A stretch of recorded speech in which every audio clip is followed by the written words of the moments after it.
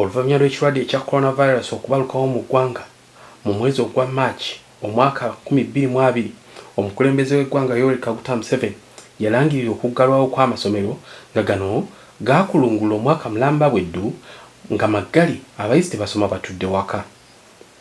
Embeera eno ekosezza abayizi bangi nga n'abamu naddala abaana ab'obuwala bagambibwa okuba nga bafuniddemu embuto ne bazaala olwo emisomo gyabwe ne baba nga bagikomezza mu kkubo.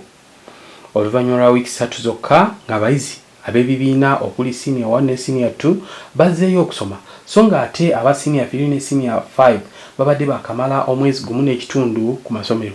Mu ngeri gye babadde batasuubira, abayizi n'abazadde b'amasomero gano bafunye obubaka obubategeeza nga amasomero gano bwe gaggaddwawo nga beetekerateekera okugolola ebibuuzo ebyakamalirizo okuli eby'ekibiina ekya senior ey'okuna, senior 6 ne P7.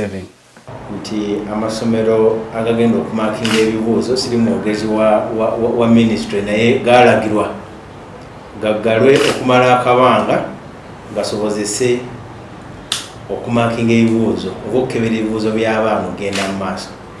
Mu gamu ku masomero agakoseddwa mu mbeera eno mwe muli Seeta High schools okuli Main Campus, Green Campus ne Mbalala Campus, Mpoma School, Mount St Mary's College Namagunga, St Teresa Namagunga Primary and Boarding School, Bethany High School, Mbogo Mixed School, St Charles Ranga International Secondary School Kakiri, St Joseph's SS Nagalama ne St Peter's Secondary School. Amalala kuliko Maryland High School Entebbe, Marcus College Namaguma, Uganda's Matters SS Namugongo, Kawanda Secondary School, Mount St Henry's High School Mukono, Namugongo Secondary and Vocational School, Nabisunsa Girls SS, Our Lady of Good Counsel SS Gayaza, Exodus College School Wakiso, Global Junior School Namalala. I don't feel happy because we have missed a full year home and we are going back home, so we are missing a lot. We spent here only 3 weeks since we came back from the lockdown, and we've not done any examinations. It has hurt us. In Form 1, like we have spent here 3 weeks, they're now 3 weeks. That doesn't feel well going home right now because we have just come. Chagwe TV erambudde ku masomero gano e Mukono okuli aga Seeta High, Global Junior ne Mpoma School. Ngeno wetutuukiddeyo ng'abayizi bakuttemu ebyanguwa ne bazadde baabwe babaddukidde okubazaayo eka nga amasomero wegalagidde. Abayizi boogeddeko naffe nga bagamba nti si bamativu olw'okuzzibwa ewaka ate gye baakamala omwaka mulamba nga ku masomero tebabugumizaayo wadde embooge. It's not okay with me because we spent a full year at home. Again, we had just come back to school like for 3 weeks. It's like we have just come to visit them. Again, we go back home. I'm Nabagalanja Kizia, and I'm in Senior 5 doing arts. And I've been in Mpoma School for 8 weeks. We were home for a whole year during the COVID break, and this was a problem to most of us. We were not given ample time to read or maybe get the content we are supposed to have. Abasangiddwa ku ssomero lino erya Mpoma Girls nga ye Henry Nsubuga Nelson alaze obutali bumativu. By'okutwaliramu tetuyisizza bulungi kubanga omuntu gw'obadde wakazza ate mu bbanga tono nti ate muzzeeyo kakati bayinza okuba nga tebatuwaddeyo mwezi gumu gwokka kakati mu mwezi ogumu ate waliwo n'ebirala bijja okwetaagisa kwegamba ebintu byonna tebinnaba kutegeerekeka bulungi bwe binaatambula kubanga abazadde abasinga obungi tebakyalina mirimu. Era kabe kasinge n'obusente bwe yewola kakati n'awaayo okwo ng'alowooza nti kati enjira mpatanye ate omwana bw'omuzzaayo okudda ajja kuddanya ssente. Davis Kafumbe ng'ono ye principal w'amasomero ga Seeta Schools yeetondedde abazadde olw'okuwummuza abayizi mu ngeri eno n'agamba nti nabo bagondedde kusaba kwa UNEB ne minisitule y'ebyenjigiriza ng'eyagala ebibuuzo bigololwe. Okusookera ddala twetonda olw'abazadde abennyamidde ennyo mu nsonga y'okuzza abaana ewaka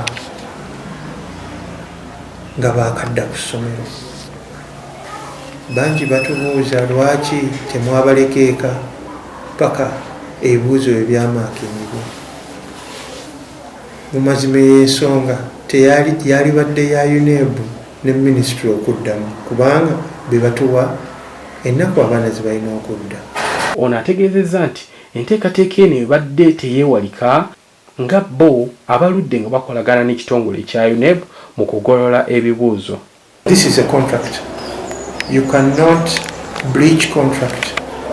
Paul Alibundi, omukulu w'essomero lya Seeta High Green Campus, agambye nti ng'amasomero bagenda kukola enteekateeka okulaba ng'abayizi babaddizaawo obudde bwe bagenda okumala nga bali waka. Banaakomerawo enteeka weeri tulina weeks 6 zetugenda okubanga tubasomesa okulaba nga tuli coveringa time eri yonna gye bajja okubanga bafiiriddwa.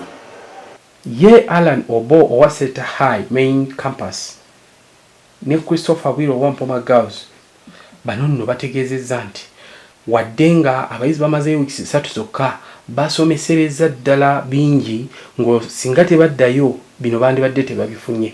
Tulwanyisa budde tulwanyisa syllabus coverage. Si gwe eyagala covid ajje. Covid yagwawo najje ensi neyeggala. Kakati gwe olwogamba nti ono omwana ono ayongera osigala ewaka weekend alemu newe yandibadde wiiki emu eno najja n'abeerako ku ssomero ayina kyamaanyi kyali coveringa kati zino weeks 3-4 zibaddewo ku ssomero ojagenda okubikula ebitabo by'abaana nga bingi bye basomye.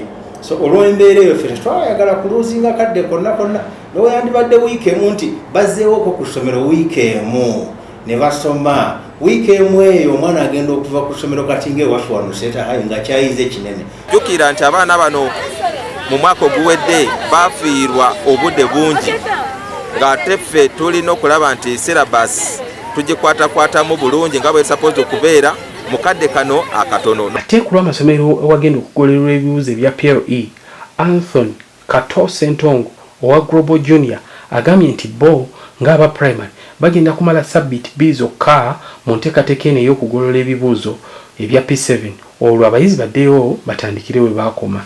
Abaana tebagenda kumisinga nnyo kati nga ffe ku Global Junior School bajja kumala weeks 2 zokka bakomewo ng'ennaku z'omwezi 16 omwezi ogwokutaano.